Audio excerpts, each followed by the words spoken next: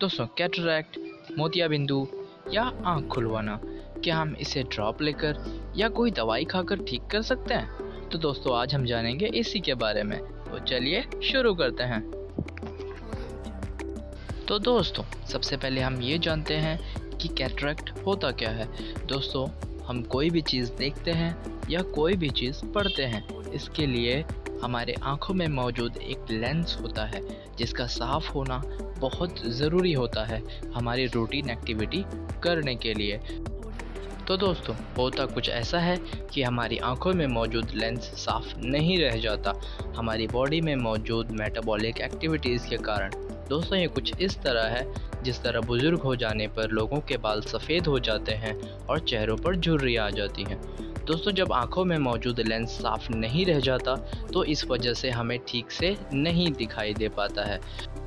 दोस्तों अब हम जान लेते हैं कुछ कारणों के बारे में या कॉजेज़ के बारे में जिसकी वजह से मोतियाबिंदु या कैटरैक्ट पेशेंट को हो जाता है। दोस्तों सबसे पहला कारण है सेनाइल कैटरैक्ट या एज रिलेटेड कैटरैक्ट। दोस्तों जैसा कि मैंने बताया, जिस तरह बुज़ुर्ग हो जाने पर लोगों के बाल सफ़ेद हो जाते हैं, उसी तरह ये भी एक है कि बुज़ुर्ग हो जाने पर कैटरैक्ट होता ही है। ये सभी को होगा, मुझे भी होगा, आपको भी होगा और यहाँ सभी को होगा।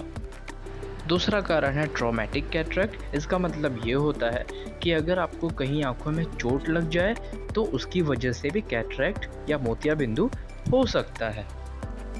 तीसरा कारण है डायबिटिक कैटरैक्ट। दोस्तों जिस पर्सन को डायबिटीज़ है उसे कैटरैक्ट जल्दी होने का संभावना होता है बिकॉज उसकी बॉडी में ज़्यादा मेटाबॉलिक एक्टिविटीज़ होती रहती हैं। और जो अन्य कारण है वो है इलेक्ट्रिक कैटरैक्ट या रेडिएशनल कैटरैक्ट। ये इस तरीके से होता है कि अगर किसी के बॉडी में रेडिएशन का इफेक्ट हो जाए तो उससे कैटरैक्ट हो सकता है, या किसी को एक ज़ोरदार इलेक्ट्रिक शॉक लग जाए तो भी उससे कैटरैक्ट होने का संभावना बढ़ जाता है।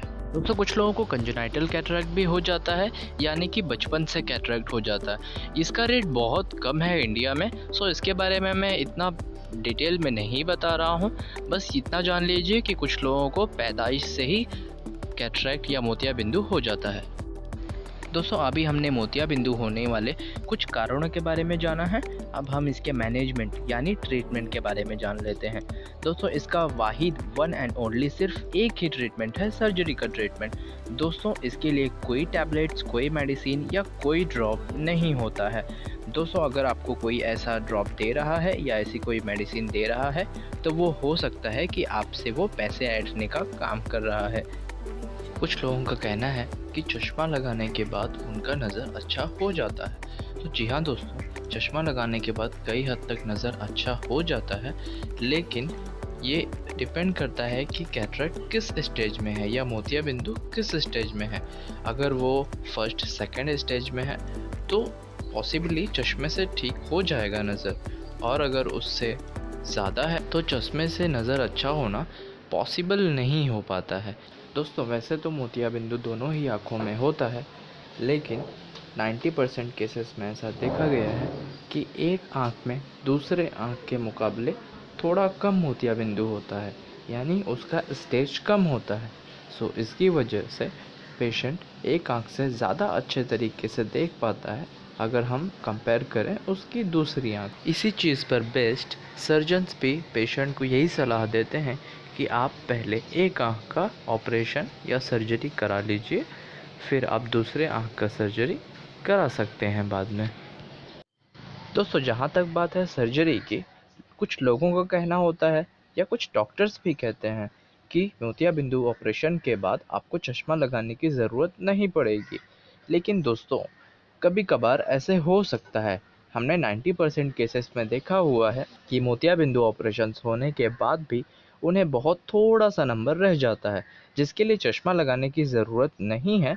लेकिन आपको बिल्कुल एकदम बहुत ही अच्छी क्लैरिटी की ज़रूरत है तो आपको चश्मा लगाने की ज़रूरत पड़ सकती है। दोस्तों मैं ये बिल्कुल नहीं कह रहा कि चश्मा आपको लगाना ही पड़ेगा, मैं ये कह रहा हूँ कि चांसेस भी होते हैं इस चीज़ के कि आपको शायद चश्मा लगाने की ज़रूरत पड़ जाए। दोस्तों अब हम बात कर लेते हैं कि मोतियाबिंदु के ऑपरेशन में कुल कितने रुपयों का खर्च आता है। दोस्तों वैसे तो ये डिपेंड करता है कि आप कौन सा लेंस परचेज़ कर रहे हैं ऑपरेशन के लिए, लेकिन मैं एक एस्टिमेट आइडिया बता दूं तो प्राइवेट हॉस्पिटल्स में ये रेंज स्टार्ट होती है तकरीबन 25-30 हज़ार से और ख़त्म होती है। Please subscribe Healthcare for more knowledgeable videos.